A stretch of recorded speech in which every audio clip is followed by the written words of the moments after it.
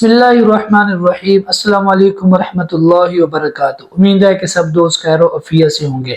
4 रमज़ानुल मुबारक का वजीफ़ा, 4 रमज़ानुल मुबारक की इबादत, और ये वो वजीफ़ा जो इंसान की ज़िंदगी में तब्दीली लाए, ज़िंदगी को तब्दील करने वाला वजीफ़ा।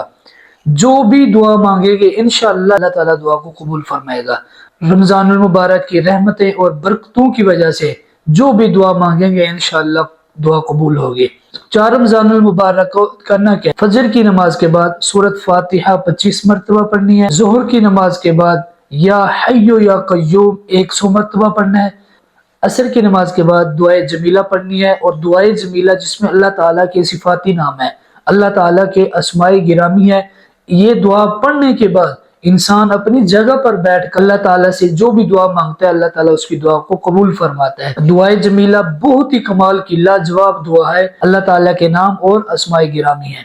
दुआए जमीला अगर आप नेट पर लिखेंगे तो पूरी दुआ जो है वो सामने आ जाएगी। यहाँ पे अगर मैंने उस दुआ को बताया तो दुआ बहुत लंबी हो जाएगी, हमारी वीडियो भी लंबी हो जाएगी और याद करना उसको मुश्किल हो जाएगा। आप दुआए जमीला नेट पे लिखेंगे, साथ ही वो पूरी दुआ आ जाएगी। असर की नमाज के बाद 1 मरतबा दुआए जमीला पढ़नी है, और उसके बाद अल्लाह से दुआ मांगेंगे, अल्लाह ताला दुआ कबूल फरमाएगा। उस दुआ के कुछ अल्फाज मैं आपके सामने दोहरा देता हूँ। या जमीलू या अल्लाह, या मुजीबू या अल्लाह, या अजीबू या अल्लाह, या रऊफू या अल्लाह। इसी तरह पूरी दुआ है जिसके साथ अल्लाह का एक अस्माए गिरामी और अल्लाह ताला का जाती नाम या अल्लाह मौजूद है।